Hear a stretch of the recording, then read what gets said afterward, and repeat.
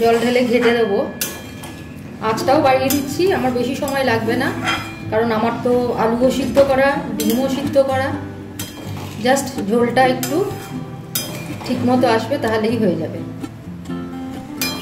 এবার আমি এটা একটু ঢাকা দিয়ে দিচ্ছি।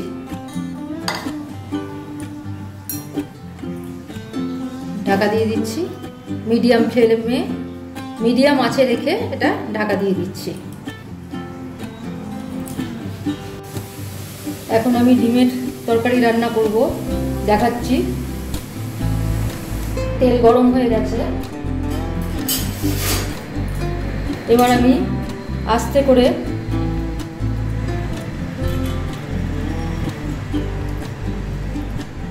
ডিম ছেড়ে দিচ্ছি।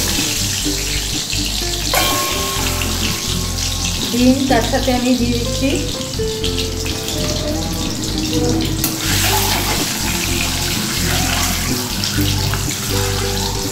আলু সিদ্ধ, নুন হলুদ মাখানো, সব দিয়ে একসাথে ভেজে নিচ্ছি।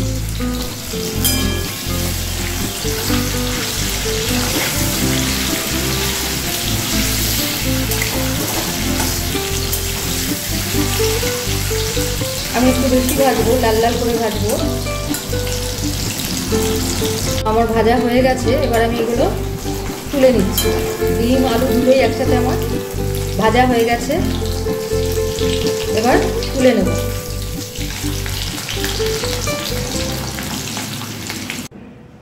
এবার এতে দিয়ে দিচ্ছি 1 চামচ জিরে,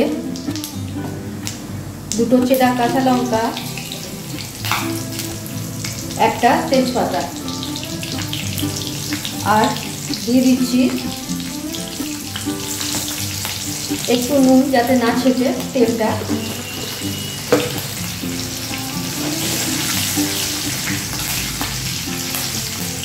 দিয়ে দেবো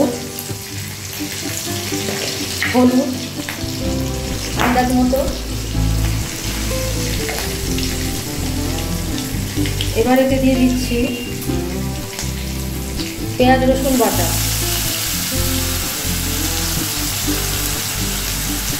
একটু খিচখিচে বাটা এগুলো,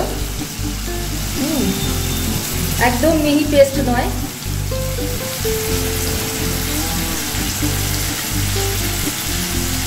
এখানে রসুনটা গোটাই আছে, ভালো পেস্ট হয়নি, ভাজলে পরে এটা ঠিক হয়ে যাবে। এই যে রসুন এখানে গোটাই রয়েছে, পুরো যতটা বেটেছি সবটা তো নিলাম না, 3 চামচ মতো নিলাম। এবার এতে দিয়ে দেবো 1 চামচ আদা বাটা,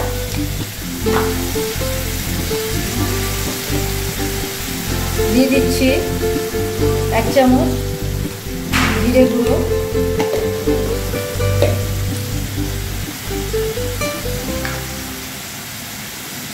হাফ চামচ ধনে গুঁড়ো।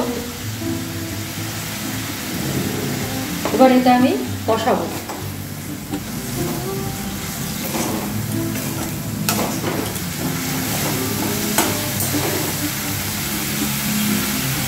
পাঁচ মিনিট কষাবো ভালো করে। এটা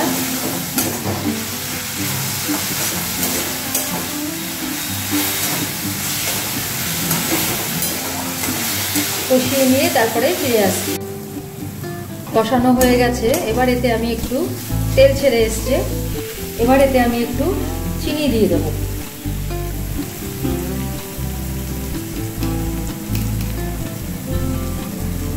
ওই 1.25 চামচ মতো চিনি দিয়ে দিলাম, তাহলে কি রংটা একটু লালচে আসবে। আমি তো শুকনো লঙ্কা ব্যবহার করি না। আর আলুগুলোও এর মধ্যে দিয়ে দিচ্ছি, একসাথে যদি মশলা দিয়ে কষানো হয় তাহলে টেস্টও ভালো আসবে। আলুগুলোই দিলাম, ডিমগুলো পরে দেবো।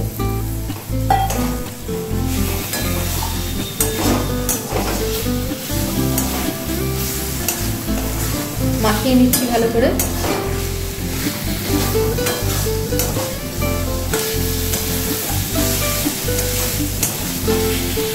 ভালো করে আলুর মধ্যে মশলা ঢুকে যাক।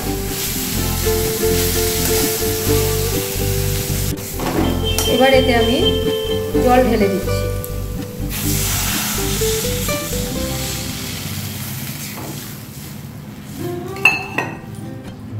জল ঢেলে ঘেটে দেবো। আঁচটাও বাড়িয়ে দিচ্ছি, আমার বেশি সময় লাগবে না, কারণ আমার তো আলুও সিদ্ধ করা, ডিমও সিদ্ধ করা। জাস্ট ঝোলটা একটু ঠিক মতো আসবে, তাহলেই হয়ে যাবে। এবার আমি এটা একটু ঢাকা দিয়ে দিচ্ছি।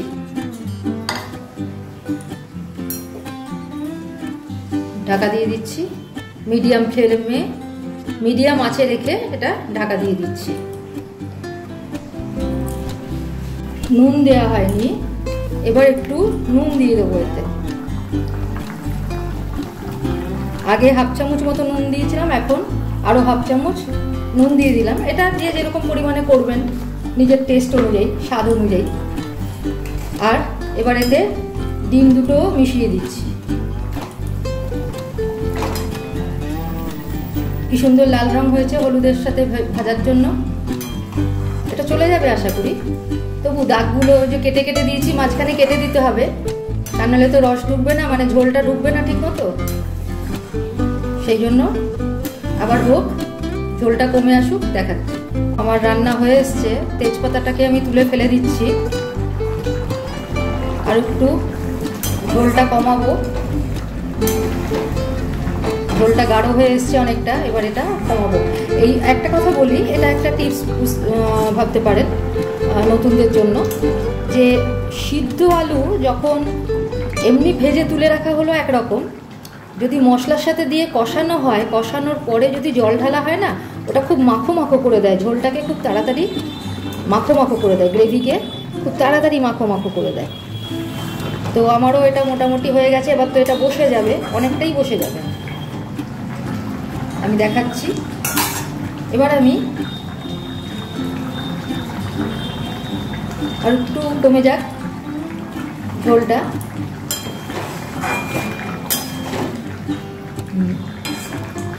আলুগুলো পুরোপুরি সিদ্ধ থাকে না, একটু কম সিদ্ধ থাকে, 80% মতো সিদ্ধ থাকে। তো সেটা সিদ্ধ করার জন্য জলটা একটু বেশি দিয়েছিলাম। কমে যাক, তারপরে ফিরে আসছি। এবার এতে আমি দিয়ে দিচ্ছি গরম মশলা গুঁড়ো, 1/4 টিস্পুন গরম মশলা গুঁড়ো দিয়ে দিলাম। আর দিয়ে দিচ্ছি ঘি,